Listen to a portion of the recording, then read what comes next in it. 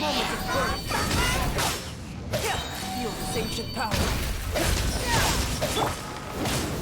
We'll have order. Witness the great undertaking.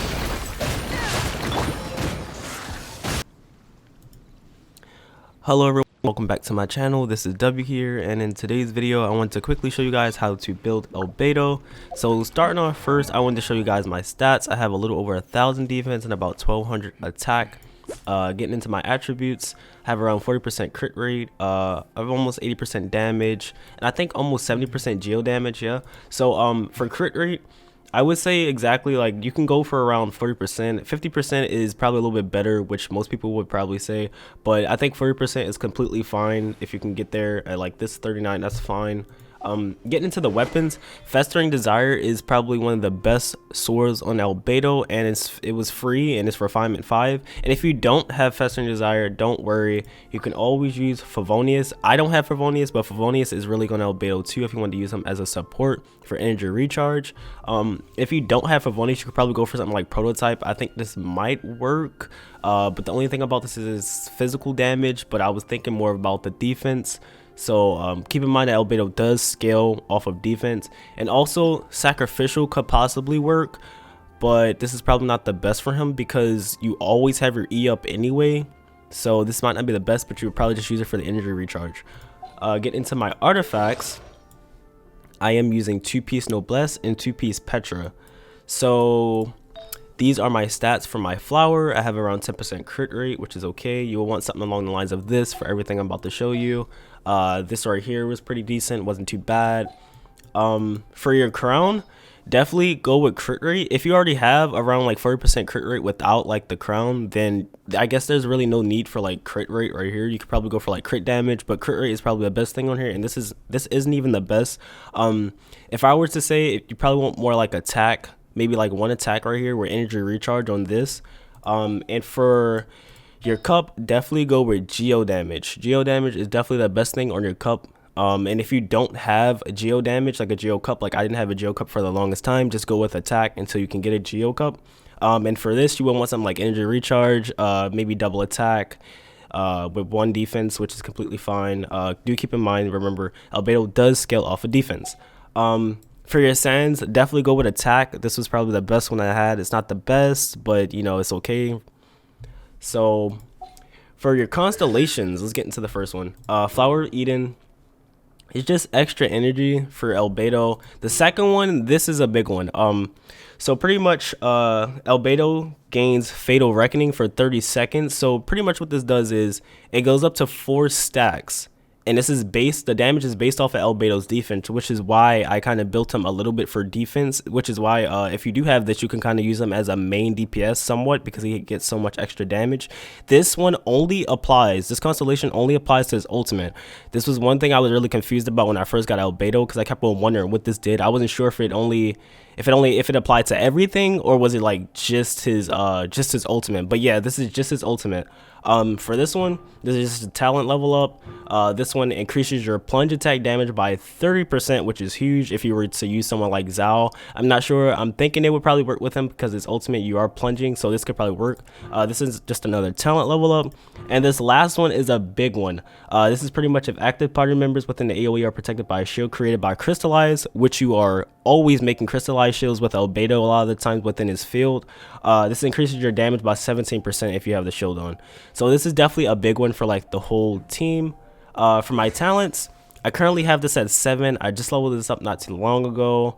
Just my Solar Ice Atonement is level 6, and if you were to just use him as a support, there is no need to level up your first talent at all. You can just leave that at 0. But if you want to use him more of like a main DPS, then I would probably level this up to maybe around 4, which is where I just kept it at for a second. This one, you're generated by your Solar Ice Atonement deals 25% more damage to opponents whose HP is below 50%, which is good. And then this one, it just increases your elemental mastery for your whole team. And then this one is just, you know, his passive talent for, you know, weapon ascension materials. Okay, for party comps for Albedo, you could use a second Geo character, which is completely fine. I am using Zhongli for right now. You can use someone like a Ningguang. I don't have her leveled up, so I haven't tested with her, but she would be fine too. I'm using double Geo for the Elemental Resonance, so I can get extra damage if I have a shield on, and I think this also applies to crystallized shields. You get an extra 15% damage, which is completely fine. You could also run someone like a Bennett. I feel like these two are really good together. I'm currently using Razor kind of like sort of as a main DPS, but he's not exactly my main DPS at the moment. You can even use someone like Gunyu. I feel like these two work pretty good together. If you don't have Gunyu, you could probably use someone like Xiaoling. I think she would probably work pretty good with Albedo too. But if not, then you could pretty much fit Albedo anywhere in any team because he's such a good support. And if you were, he's just a really good support. I don't really know how to explain. He's just really good. So you can kind of run him with almost anyone. But Ningguang, getting back into Ningguang, I want to quickly show you guys. I believe it's one of her talents. Gives you extra geo damage. So for a second, how this would look was you would put down her jade screen, and once you go through it, you get an extra 12% geo damage. So this is pretty good with Albedo. You could probably just get extra geo damage, which is what you would probably want on him anyway. But yeah, as far as party comps, he can probably fit into any team because he's such a good support. Do keep in mind, guys, that Geo does mess up your reaction somewhat. So if you're running more of a reaction-based team, Albedo could possibly mess that up because he takes off the elements once he crystallizes something. So do keep that in mind.